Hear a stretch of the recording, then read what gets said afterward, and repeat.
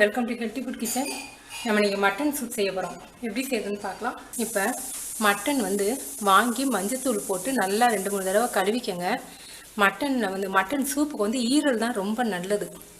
குழந்தைங்களுக்கு ஈரல் கர்ப்பிணி பெண்களுக்கும் குழந்தைங்களுக்கும் ஹீமோக்ளோபினை அதிகமாக கூட்டி கொடுக்கும். ஹீமோக்ளோபின் குறைஞ்சிருந்துச்சுன்னா அவங்க முதல்ல சொல்கிறது முருங்கைக்கீரையும் ஈரலும் தான். ஈரல் வாங்கி சுத்தம் பண்ணியிருக்கேன். அதோட ருசிக்காக கொஞ்சம் நெஞ்செலும்பு இதெல்லாம் போட்டிருக்கோம். ஈரல் ரொம்ப நல்லது உடம்புக்கு.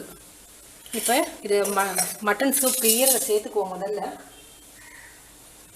ஈரல் நெஞ்செலும்பு இதெல்லாம் 1/4 கிலோ.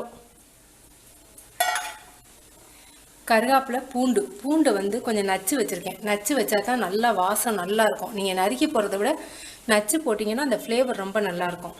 பூண்டு, கருவேப்பிலை, வெங்காயம், சின்ன வெங்காயம் போடலாம். நான் பெரிய வெங்காயம் போட்டிருக்கேன். 2 பச்சை மிளகாய், ஒரு சின்ன தக்காளி பழம், மஞ்சத்தூள் கொஞ்சம்,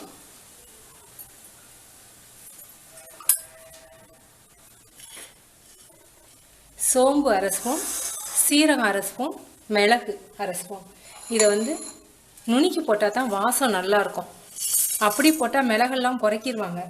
அதனால் அம்மி இருந்துச்சுன்னா இன்னும் நல்லாயிருக்கும். மிக்சியில் இப்போ நுணுக்கிடுறேன். நுணுக்கின பவுடர் சோம்பு, சீரகம், மிளகு இப்படி நுணுக்கி போடும்போது ரொம்ப வாசமாக இருக்கும். பவுடரை விட இதுதான் நல்லாயிருக்கும். தேவையான அளவுக்கு உப்பு. இதில் நல்லெண்ணெய் விட்டால் தான் ரொம்ப நல்லது. நல்லெண்ணெய் நல்ல ருசியாகவும் இருக்கும். அந்த மிளகோடு சேர்ந்து ரொம்ப நல்லாயிருக்கும். கடைசியாக இறக்கும்போது உங்களுக்கு வேணும்னா நெய் ஊற்றிக்கலாம்.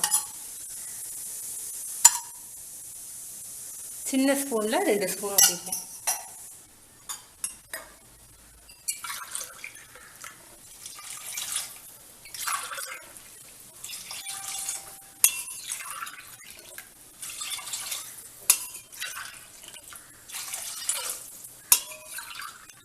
அஞ்சு டம்ளர் தண்ணி ஊற்றிருக்கேன்.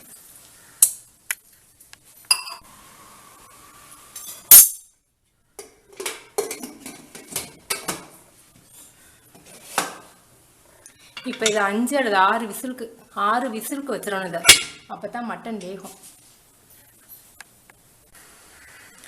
6 விசில் வரட்டும்.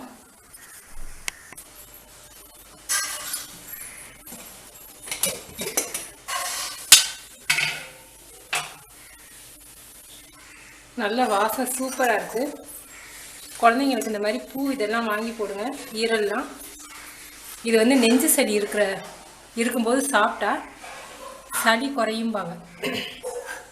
இதை செட்டிநாட்டில் வெந்நிப்படுத்தின சூப்புன்னு சொல்லுவாங்க.